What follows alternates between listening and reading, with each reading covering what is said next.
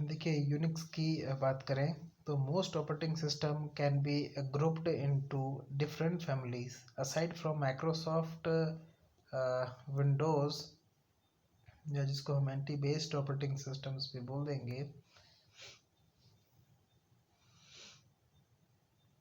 Nearly everything else traces its heritage back to Unix. तो आप अगर सिर्फ इसको छोड़ दें तो उसके अलावा सब कुछ आपको क्या मिलने वाला है, सब कुछ आपको यूनिक्स ही बेस में मिलने वाला है। तो Linux, Mac OS X, Android iOS, Chrome operating system, orbits uses the PlayStation 4, whatever firmware is running on your router, all of these operating systems are often called Unix like operating system। तो ये सब क्या माने जाते हैं, Unix type operating system माने जाते हैं। तो अगर आप एक तरीके से देखें तो Unix design lives on today। तो Unix was developed in AT&T Bell Labs back in mid to late 1960s। The initial release of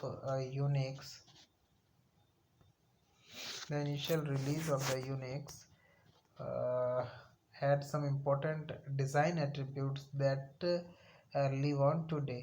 One is the Unix philosophy of creating small modular utilities that do one thing and do them well।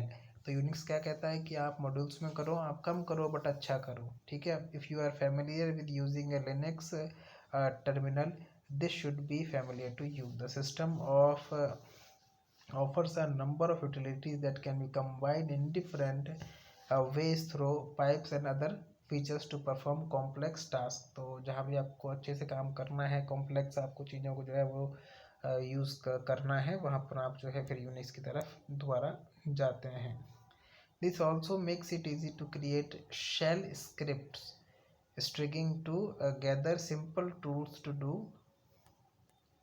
Complicated things. तो ये सब करना भी आपका जो है Unix वही कहता है कि अगर आपको बहुत सिंपल काम करने हैं जब तो कोई बात दूसरी है, लेकिन अगर आपको बहुत ज़्यादा हैवी काम करना है और उस टाइम आपको टूल्स भी यूज़ करने हैं तो सिंपली आपको वो टूल्स जो हैं वो यूज़ करने चाहिए, सिंपल टूल्स और हैवी काम को करने के लिए, ठीक है। तो Unix also had a single file system that program use to communicate with each other, ठीक है। तो ये फैसिलिटी भी है।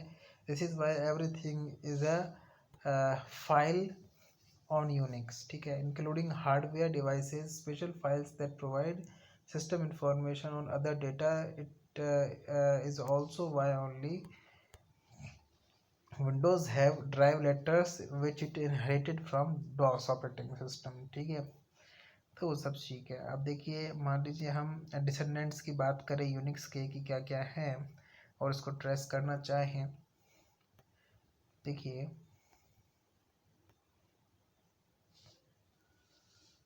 like any history going back over 40 years, the history of Unix and its descendants is messy, ठीक है, समझने में थोड़ा मुश्किल है। To simplify things we can रफली group Unix descendant into two groups, ठीक है।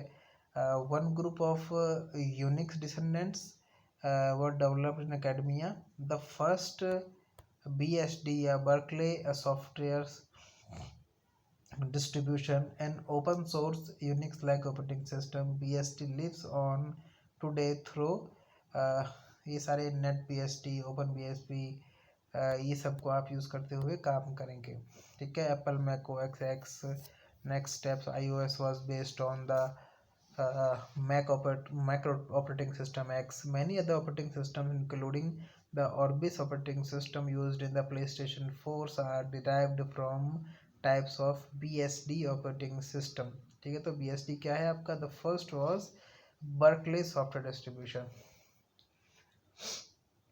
मैनी ऑपरेटिंग सिस्टम जो हैं उस पर काम करते हैं और अपना जो है वो चीज़ें मैनेज भी करते हैं। एक प्रोजेक्ट बनाया गया है, JNU project was also started as a reaction of AT&T's increasing restrictive Unix software license terms. तो वो उसको क्या करती जा रही थी, लिनक्स की जो है ना लाइसेंसिंग टर्म्स उनको वो स्ट्रिक्ट करती जा रही थी, तो उसको देखते हुए कुछ और भी ऑपरेशंस इनको देखने थे। ठीक है, उसके बाद है Linux was inspired by Minix. The Linux we know today is really GNU/लिनक्स। ठीक है, GNU को हमने ऊपर देखा ही था। ठीक है, एक प्रोजेक्ट बनाया था, उस पर काम किया था, जो आपका सॉफ्टवेयर लाइसेंस स्ट्रिक्ट करने की वजह से। तो as its made up of Linux kernel and a lot of GNU utilities, GNU Linux isn't directly descendant from BSD, but it is descendant from Unix design and has its roots in academia, जो हमने ऊपर बात की थी। उसके बाद many operating systems today including Android, Chrome OS, Steam OS and a huge amount of embedded operating systems for devices are based on Linux। तो वो भी आपका जो है लिनक्स पर ही डिपेंड सब करते हैं। तो on the other hand there were the commercial Unix operating systems जो कमर्शियली काम आते हैं। तो AT&T Unix, SCO Unix, UnixWare, Sun micro system, Solaris, HP US। तो बहुत सारे एग्जांपल्स आपको दिए हुए हैं। तो many big corporations wanted to create and license their own version of Unix. तो यूनिक्स आपका जो है वो क्या था, फ्रीवेयर था, तो उसके बेस पर ही चीज़ें जो है इस तरीके से चल रही थी। तो these aren't quite as common today but some of them are still out there. तो बहुत ज़्यादा ऐसा नहीं है कि अपना अपना वर्जन यूनिक्स का दे रखा हो, लेकिन फिर भी जो है ये चीज़ आपका क्या है, उतना भी आउटडेटेड नहीं है और काम अभी भी ये आपका आता है।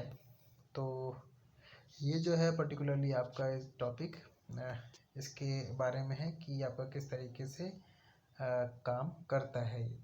ठीक है, चलिए नेक्स्ट लेक्चर में हम इसको डिसाइड करेंगे। तो आप चाहें तो इसको थोड़ा बहुत पढ़ लीजिए, मैं आपको इसका जो है PDF भी शेयर कर दूंगा। तो हमने पहले इसमें पढ़ा है कि यूनिक्स का क्या आपके लाइफ पर है, कैसे ये आज की तरह से जीता है। फिर हम इसके डिसेंडेंट्स के बारे में पढ़ा कि कितने टाइप के इसके डिसेंडेंट्स हो सकते हैं।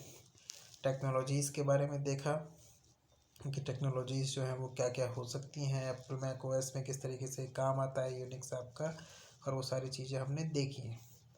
ठीक है, नेक्स्ट जब भी लेक्चर होगा, अभी जब हम बनाएंगे वीडियो, तो इसके और भी इसको आगे से डिस्कस करेंगे। बस इसमें ध्यान रखने वाली क्या चीज़ें हैं जो आपके अभी इसमें हैं, काम में आ रही हैं यूनिक्स एनालिसिस में, कि एक यूनिक्स डिज़ाइन जो है वो किस तरीके से बनाया गया 1916 के हिसाब से, फिलोसफी क्या है। तो ये पूछ लिया जाता है कई बार। तो आप बताएंगे कि creating small modular utilities that do one thing and do them well.